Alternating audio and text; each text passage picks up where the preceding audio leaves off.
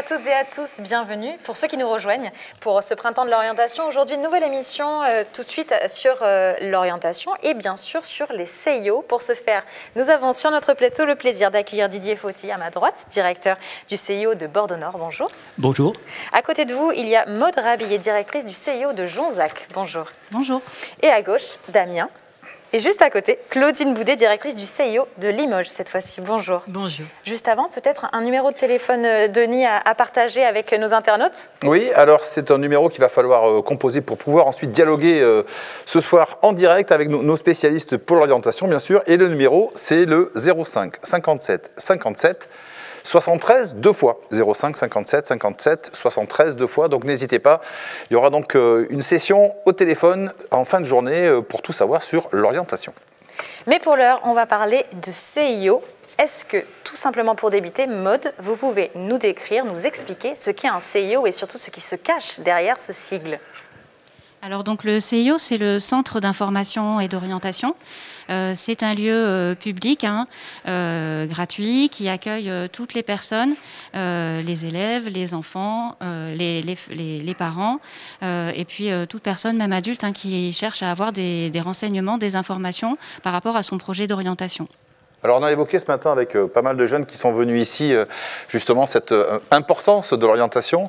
Vous, les portes sont systématiquement ouvertes forcément. Comment ça se passe en fait le cheminement pour avoir des informations? Qui prend la main? Nous pouvons dire qu'en tant que service public de l'éducation nationale, le CIO offre un service d'accueil qui est proposé tous les jours. En tout cas, c'est le cas au CIO de Limoges, tous les jours de la semaine. On peut le dire plus précisément, notamment concernant le mercredi après-midi, un jour très important, voilà, où les scolaires peuvent venir nous voir, notamment les scolaires, les étudiants. Et ainsi que pendant les congés scolaires, petits congés scolaires, mais même jusqu'au 20 juillet et à partir du 23 août à Limoges. Ce qui fait que voilà, tout public, et dont notamment nous pensons à des publics qui sont parfois en difficulté, publics décrocheurs, qui ont besoin de solutions, mais aussi tout public scolaire peut s'adresser à nous avec ses parents ou sans ses parents, donc, puisque la porte est ouverte. Bien sûr, nous dirons qu'il y a des limitations en ce moment du fait du contexte sanitaire dans tous les CIO. Nous sommes obligés d'adopter un accueil filtré, voilà, un accueil uniquement sur rendez-vous, mais toute personne qui appellerait le CIO aurait possibilité de trouver une place sur les plages horaires du CIO dans la journée ou dans les jours suivants. Donc c'est un accès facilité, vraiment aux scolaires qui nous connaissent bien, d'ailleurs qui nous connaissent de par nos activités dans les établissements scolaires. Damien. On est sur une séquence qui se nomme « Il vous accompagne près de chez vous ». Didier, il y a un vrai réseau et un maillage territorial des CIO sur l'ensemble de la Nouvelle-Aquitaine et sur les 3 académies. Absolument. En fait, les CIO sont répartis, effectivement, comme tu l'as très bien dit, sur la Nouvelle-Aquitaine, sur ce qu'on appelle, nous, dans l'éducation nationale, des zones d'animation pédagogique. Donc, en fait, une zone d'animation pédagogique, c'est un ensemble d'établissements scolaires, publics, privés, collèges, lycées, lycées pro, et dans lesquels interviennent les équipes des CIO. Donc, un CIO, c'est une équipe de psychologues de l'éducation nationale. Sur le CIO sur lequel j'interviens, qui est le CIO de Bordeaux-Nord, on a une équipe de 14 psychologues qui interviennent dans les établissements scolaires, tous les établissements scolaires de la fameuse ZAP, de la zone d'animation pédagogique, et une partie de leur temps accueille le public, tout public, sur le centre d'information et d'orientation. Donc effectivement, c'est variable selon les CIO, mais de manière générale, on accueille le public à la fois, ce qu'on appelle en tout venant, des gens qui passent spontanément, sont accueillis au CIO. De plus en plus, on a tendance à privilégier un travail sur rendez-vous. Un jeune ou une famille ou un adulte, quand il vient, il a dans un premier temps un rendez-vous d'1 heure, et puis on met en place assez souvent un travail de suivi, parce qu'en 1 heure, on amorce le travail d'orientation, mais on a besoin effectivement que les choses se construisent dans la durée, et donc on permet aux jeunes de revenir, si possible avec le même psychologue, dans le cadre d'un travail de suivi. Alors justement, Didier, vous parliez d'un rendez-vous d'1 heure. Qu'est-ce qui se passe durant ce rendez-vous? Alors, c'est très variable, ça dépend du public. L'objectif quand même, c'est d'une part d'entendre la demande de l'individu et surtout de l'accompagner dans le cadre d'un parcours de réussite. C'est vrai qu'on accueille tout public, mais la réalité c'est que 80% de notre public est un public scolaire, des jeunes scolarisés en collège et en lycée. souvent quand ils viennent au CIO, en tout cas pour les collégiens, c'est souvent avec les parents. Et l'idée, c'est d'essayer de démêler un petit peu ce qui relève effectivement du projet du jeune. Parfois, il y a l'interférence des parents qui ont des attentes aussi par rapport au parcours de leur enfant. Donc c'est un peu de faire le point en s'appuyant sur ce qui a déjà été fait dans les établissements scolaires, parce que le jeune qui arrive, il a déjà eu un travail sur ces questions d'orientation dans son établissement scolaire. Et nous, le travail du psychologue de l'orientation, c'est plutôt d'essayer de voir comment les choses se construisent et de l'accompagner pour, on va dire, arbitrer entre le rêve et la réalité, c'est-à-dire entre ce qui est très désiré et ce qui est possible compte tenu de son parcours, de là où il en est aujourd'hui. Une question pour Maud peut-être. Est-ce que finalement l'interférence dont parle Didier des parents est très prégnante ou c'est un peu au cas par cas ou c'est régulier? Enfin, comment on vit ça? Parce que finalement on en parlait aussi ce matin avec les jeunes. Eux, ils ont des volontés. Parfois, ne sont pas en accord avec celles des parents. Il faut gérer tout ça au sein d'un CIO. Oui, voilà, c'est tout l'intérêt d'avoir justement des psychologues de l'éducation nationale. C'est très différent. Il y a des parents qui peuvent prendre plus de place que d'autres, ça c'est sûr. Mais c'est pour ça que les psychologues qui interviennent sont vraiment très hautement formés pour essayer justement d'expliquer tout ça, de prendre le temps avec le jeune, de prendre le temps avec le parent aussi. Parfois, il y a des rendez-vous qui peuvent se faire uniquement avec le jeune. C'est souvent le cas aussi dans les établissements scolaire, où on reçoit plus souvent les jeunes seuls. Mais voilà, on essaie en fait de travailler dans l'éducation nationale, on travaille vraiment avec les parents, avec les élèves et aussi avec les enseignants. Et on essaie de faire ce travail vraiment comme ça à plusieurs acteurs. C'est une complémentarité. De toute façon, il y a besoin de travailler vraiment beaucoup avec les parents. Donc les psychologues amènent aussi les jeunes à pouvoir exprimer vraiment leurs envies, leurs souhaits et à faire en sorte que les parents, voilà, petit à petit, on les amène à comprendre aussi ce qui peut être bien pour le développement de leur enfant. Est-ce que vous préconisez d'ailleurs aux jeunes élèves qui souhaiteraient prendre un rendez-vous dans un CIO de venir avec l'un de ses parents ? Souvent, oui, on aime bien que les parents soient là. Après, ça dépend aussi de l'âge du jeune, s'il est au collège, s'il est au lycée. Mais en général, oui, nous, on travaille de toute façon main dans la main avec les parents, avec les familles. Oui, c'est très important. Alors vous êtes de 3 régions différentes, enfin de 3 lieux différents. Est-ce que la situation sanitaire actuelle est vécue de la même façon dans tous vos centres? Est-ce qu'il y a une sorte d'angoisse, de climat anxiogène de la part des jeunes qui se retrouvent un petit peu à la croisée des chemins pour l'orientation sur fond de Covid? Comment vous vivez ça? Comment vous pouvez justement travailler le plus sereinement possible dans ce contexte-là?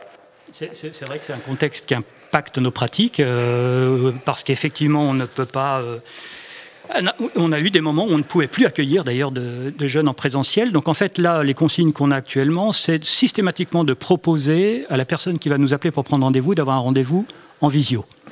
Et de maintenir le rendez-vous en présentiel seulement si, effectivement, la demande est formulée. Donc, on navigue un peu de cette manière-là. Alors, ça a eu un avantage. Ça a eu l'avantage de nous familiariser et de nous faire monter en compétence sur les outils numériques et la maîtrise de ces outils-là, y compris d'ailleurs les équipes et les familles. Tout le monde s'y est mis. Bon, ça a des inconvénients également. Bien évidemment, le contact humain dans l'accompagnement à l'orientation est fondamental. Et donc, se priver de ce contact-là, c'est vrai que c'est un problème dans certaines situations. Donc voilà, un contexte qui nous a à la fois impacté, mais auquel on a fait face et on s'est adapté. Claudine, à Limoges, par exemple ?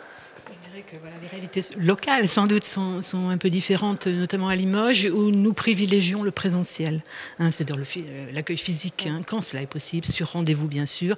Et il faut dire aussi que le CIO propose plusieurs activités, des entretiens, bien sûr, mais des activités aussi de bilan. Des activités de bilan, et à Limoges, notamment la spécificité de ce CIO, c'est d'accueillir beaucoup d'élèves arrivant de l'étranger, qu'on dit AENA, et qui ont besoin de bilan d'évaluation. C'est le CIO qui, en partenariat avec le CASNAV, met en œuvre ces évaluations. Donc nous avons besoin d'être sur un accueil physique. Et pour les entretiens et les bilans, nous avons conservé cette modalité-là, parce que nous nous sommes rendus compte aussi que le confinement avait créé une fracture, avec certains publics notamment. Et c'était assez désolant désolant de constater que des publics étaient plus affectés que d'autres par ces modalités-là, de ce style de vie qu'il fallait adopter. Certains n'avaient pas les équipements nécessaires, et on l'a vu au niveau pédagogique, la complexité de la tâche, notamment pour ceux qui sont dans des conditions sociales défavorisées, mais aussi sur les territoires du Limousin, certains qui sont vraiment à distance, sur des territoires ruraux, on appelle cela des zones blanches aussi. Donc les collègues PsyEN qui pendant le confinement s'étaient beaucoup attelés à créer du lien en distanciel avec le téléphone, les visios, se sont rendus compte que finalement on avait perdu un certain public. Et c'est souvent un public qui décrochera à un moment donné, parce que si le lien n'est pas maintenu suffisamment, le décrochage peut être au rendez-vous. Donc nous avons œuvré beaucoup avec nos autorités académiques, bien sûr, pour conserver cette modalité-là de fonctionnement en présentiel. Et vraiment, c'est une demande aussi que les jeunes formulent, une demande de proximité presque physique, d'où nos permanences dans les établissements. Jusqu'à 30-40 km, les PsyEN se déplacent à partir du CIO pour aller dans les petits établissements ruraux où la proximité avec les jeunes et les familles amène à un accompagnement beaucoup plus fructueux, dirons-nous. Damien ? Est-ce que vous pouvez rebondir sur cette relation que vous avez particulière avec les enseignants, parce que vous parliez de proximité, soit par le numérique, soit en tous les cas directement dans les CIO, mais il y a aussi cette proximité en fait dans les établissements, ça se passe là. Est-ce que vous pouvez nous expliquer quel est le rôle que jouent les psychologues de l'éducation nationale et les CIO auprès des enseignants qui sont quand même les premiers au contact des élèves pour les accompagner dans ce cheminement d'orientation ? Alors, c'est vrai qu'on a un rôle important et on travaille en lien avec les enseignants. On travaille aussi, les directeurs de CIO, en lien avec les chefs d'établissement. C'est-à-dire que l'ensemble des actions qui sont menées dans un établissement scolaire sur les questions d'orientation sont pilotées par le chef d'établissement. C'est-à-dire qu'on travaille en ZAP avec l'ensemble des chefs d'établissement, d'un type d'établissement. Si je prends l'exemple du collège, eh bien, on va se réunir dans des groupes de travail sur l'orientation et on va définir un programme qu'il est cohérent et pertinent de mettre en œuvre sur un certain niveau de formation, par exemple le niveau 3e. On va définir qu'est-ce qu'on fait, qu'est-ce qu'on propose aux jeunes dans ce cadre-là, et quelque chose qui est fondamental et qu'on essaye de faire toujours, c'est la répartition des rôles. C'est-à-dire définir qui fait quoi dans cette affaire-là. C'est vrai que l'orientation, c'est une mission partagée par un certain nombre d'acteurs, par tous les acteurs de l'éducation nationale. Les enseignants y participent, les chefs d'établissement, je viens de le dire, les professeurs documentalistes, les psychologues de l'éducation nationale. Et donc, on construit un parcours et on définit quel est le rôle de chacun des acteurs dans ce travail-là. Et puis, les partenaires extérieurs, bien sûr, en premier lieu, la région, qui maintenant a vocation à intervenir au sein des établissements scolaires, notamment pour délivrer de l'information sur les métiers et sur les formations. Et donc, on essaye aussi de construire en lien avec eux. Donc là, c'est un travail on est en plein dedans, puisque ça se construit progressivement. Mais on essaye effectivement de plus en plus de faire intervenir des partenaires extérieurs. C'est-à-dire qu'on essaye d'ouvrir l'école sur l'extérieur, sur ces questions d'orientation. Et avec le recul, question pour vous trois, est-ce que vous pensez que les jeunes savent un peu plus ce qu'ils veulent faire aujourd'hui qu'il y a quelques années, ou il y a 2, 3 ans, ou 4 ans même, où ça reste finalement un peu toujours pareil, où ils seront un peu plus aiguisés dans leur pensée? Maud, peut-être, je ne sais pas qui veut. Moi, personnellement, je n'ai pas l'impression qu'ils savent plus ce qu'ils veulent faire qu'il y a quelques années. Ou juste pour prolonger, peut-être des préférences aujourd'hui vers le numérique, peut-être. Oui, alors ça évolue. Voilà, les préférences évoluent, ça c'est sûr. Après, ils sont dans une période où ils se construisent, où ils ont besoin d'avoir des modèles, où ils n'ont pas besoin d'avoir des repères. Ça évolue évidemment énormément au fur et à mesure des années. Mais je crois qu'ils ont toujours besoin d'un accompagnement, ils ont toujours besoin de la relation, d'être dans le dialogue avec les enseignants, d'être dans le dialogue avec les psychologues de l'éducation nationale. Après, oui, c'est sûr qu'en fonction aussi de ce qu'ils peuvent voir quand ils regardent la télévision, c'est sûr que ça évolue quand même pas mal, oui. Il y a un top 3 des métiers qui les attirent plus spécialement ou pas? Ou un top 2, ou un top 5, un top 10, comme vous voulez? Il y a toujours des préférences qui se manifestent effectivement au niveau collectif. On le voit d'ailleurs avec les taux de pression sur certaines formations. Ça peut être le reflet justement d'une attractivité particulière. On l'a connu d'ailleurs sur la formation de la pâtisserie. Vous voyez, Top Chef. Je peux faire référence, mais avec un afflux Ouais. particulier de jeunes et un taux de pression qui était vraiment difficile à comprendre d'ailleurs, au vu vue de la réalité des métiers, que les jeunes ne connaissent pas tout à fait à ce moment-là. Et c'est là qu'on peut se dire aussi qu'il y a toute cette question-là, quand on parle d'information, du poids des stéréotypes qui pèsent sur stéréotypes dans les deux sens. Ça peut être qui est une représentation erronée de la réalité et qui fait que tout humain a ce filtre-là quand il considère la réalité, d'abord avec des stéréotypes. Et c'est le cas concernant les choix de formation, les choix de métier. Il y a beaucoup de stéréotypes qu'il nous faut déconstruire. Et c'est un travail que les psy-EN mènent avec les équipes enseignantes, justement. Et qu'ils doivent aussi entreprendre, je pense, avec les familles. Parce que les familles sont porteuses de visions stéréotypées sur les formations, les métiers. Et c'est ce qui bloque parfois un petit peu le cheminement de certains jeunes. Donc, je crois que c'est tout un travail éducatif, voire pédagogique, qu'il nous faut mener avec les équipes enseignantes pour arriver à monter des dispositifs ou d'activités des jeunes pour leur orientation qui soient beaucoup plus dynamiques. Alors, c'est un petit peu l'enjeu du printemps de l'orientation, bien sûr, et du parcours à venir.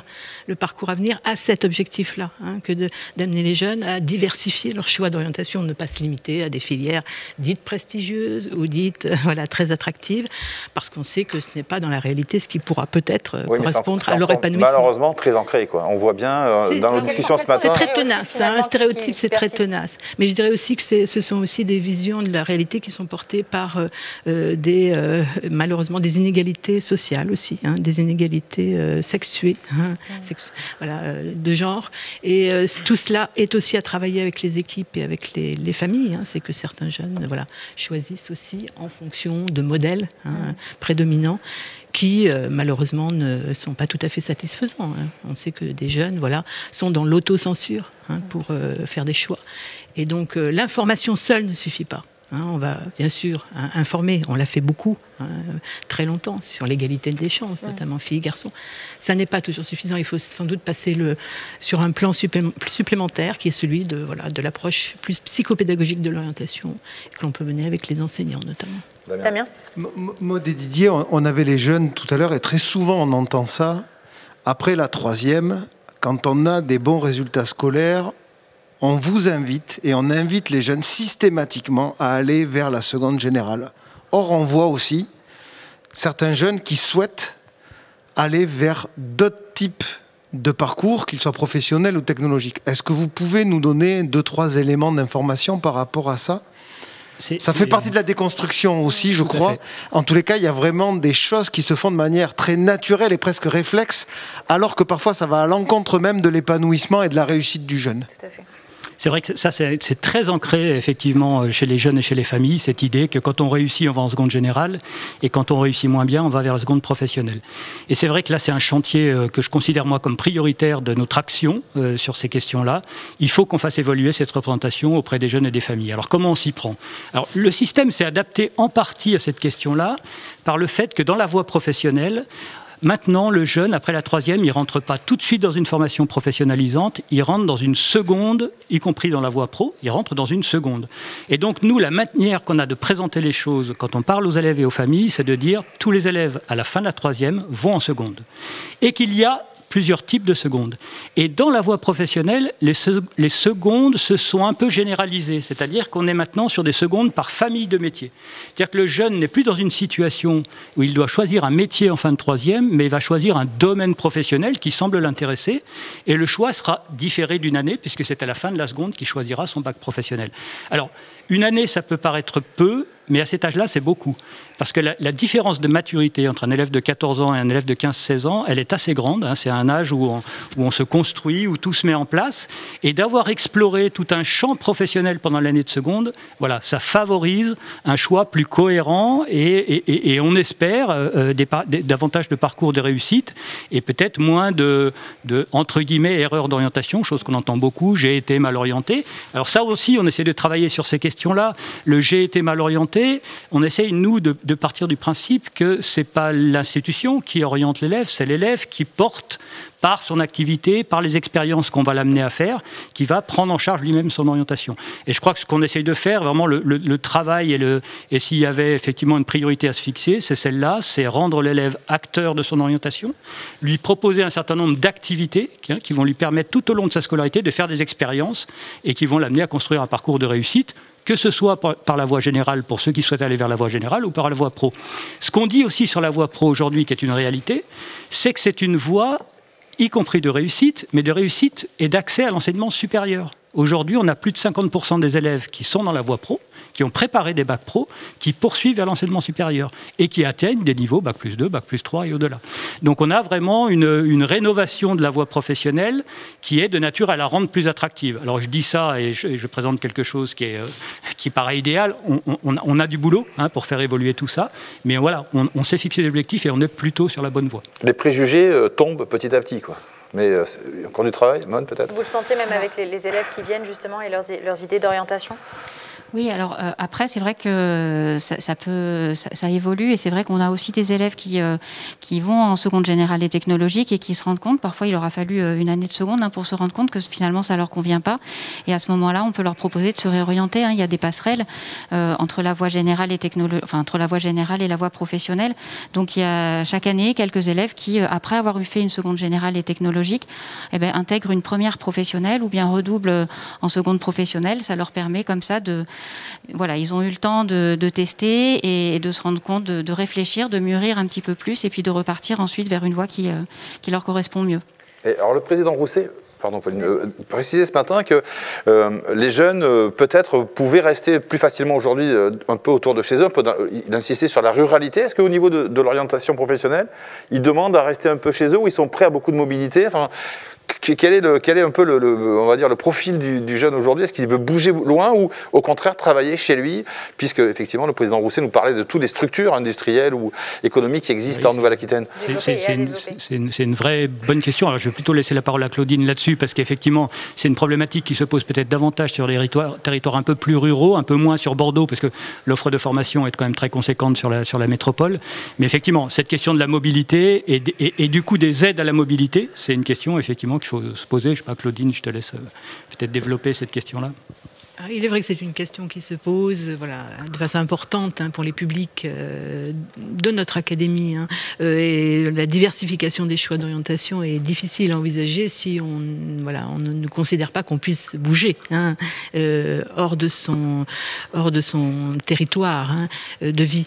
Et ça, c'est une question qui est importante et qu'il faut prendre en compte, en sachant que malheureusement, là encore, c'est une donnée qui se croise avec des données socio-économiques du milieu d'origine. Des jeunes, d'ailleurs, réduisent leurs aspirations parce qu'ils pensent trop souvent que leur milieu d'origine ne pourra pas les accompagner, leur famille, leurs parents. C'est pas pour eux, quoi. Ils se disent pas pour moi. Il y a c'est encore une représentation que les jeunes se font. Et c'est là que notre rôle est aussi très important parce que nous travaillons en partenariat avec beaucoup d'organismes. C'est l'intérêt du CIO de travailler en réseau avec beaucoup d'organismes. Et parfois dans le cadre d'activités partenariales plus poussées, telles que dans le cas du SPRO. Donc ce travail partenarial du CIO nous amène à avoir beaucoup d'informations. Et les PsyEN sont tout de même maintenant bien outillés pour relayer la problématique d'un jeune qui aurait besoin de suivi social, d'aide sociale et d'aide à la mobilité. Donc à tout niveau, ça se pose au niveau des étudiants, dans le post-bac. On est vraiment confronté à cette difficulté-là. Le jeune a du mal à se projeter en dehors de son périmètre de vie, mais sans doute par méconnaissance des outils, des ressources qui sont à sa portée pour pouvoir bouger et évoluer. Parce que nous savons aussi que ça peut être un facteur aussi d'évolution intéressant que d'aller prospecter ailleurs, en dehors de son contexte d'origine. C'est le cas aussi des enfants qui résident dans les quartiers. On a tout de même cette difficulté-là avec ces enfants-là qui vivent dans des zones urbaines, mais qui ont beaucoup de mal dès la troisième. D'ailleurs, on le constate déjà après la troisième, à quitter leur territoire.